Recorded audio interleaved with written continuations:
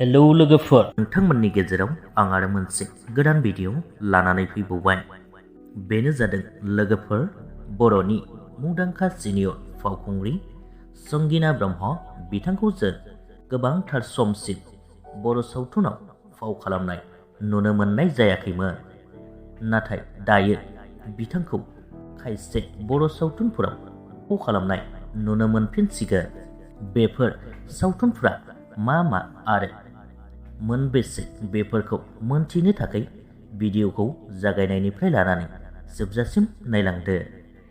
लोगोफोर, मुंदांखा फावखुंग्रि संगिना ब्रह्म बिथांनि फाव खालामनाय बे बोसोराव फैनो गोनां आबुं बर' सावथुनफ्रानो जादों मुंदांखा प्रडिउसार डाइरेक्टर राजनि बसुमतारी मेम बिथांनि अलरेडि आबुं महर मोनखानाय गराय फाख्रि मुंनि आबुं बर' सावथुन।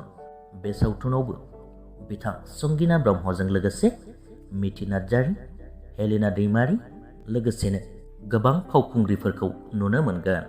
आरो बिथांनि गुबुन मोनसे फैनो गोनां सावथुनानो जादों मेहेर गोनां फिल्म प्रडाक्शन बेनारजों दिहुनजानो गोनां सपन केयार ब्रह्म बिथांनि डाइरेक्सन खालामनाय आरो रोंसार मुसाहारि बिथांनि प्रडिउस खालामनाय बर'नि थै मुंनि आबुं बर' सावथुनावबो बिथांखौ जों सासे गोख्रों जांख्रिथायारि आइजो महरै फाव खालामनाय नुनो मोनगोन। बे सावथुनावबो जों गोबांथार फावखुंग्रिफोरखौ फाव खालामनाय नुनो मोनगोन, जेरै फुजा मुसाहारि, रिंकी ब्रह्म, बबिता बसुमतारी आरो गोबांथार।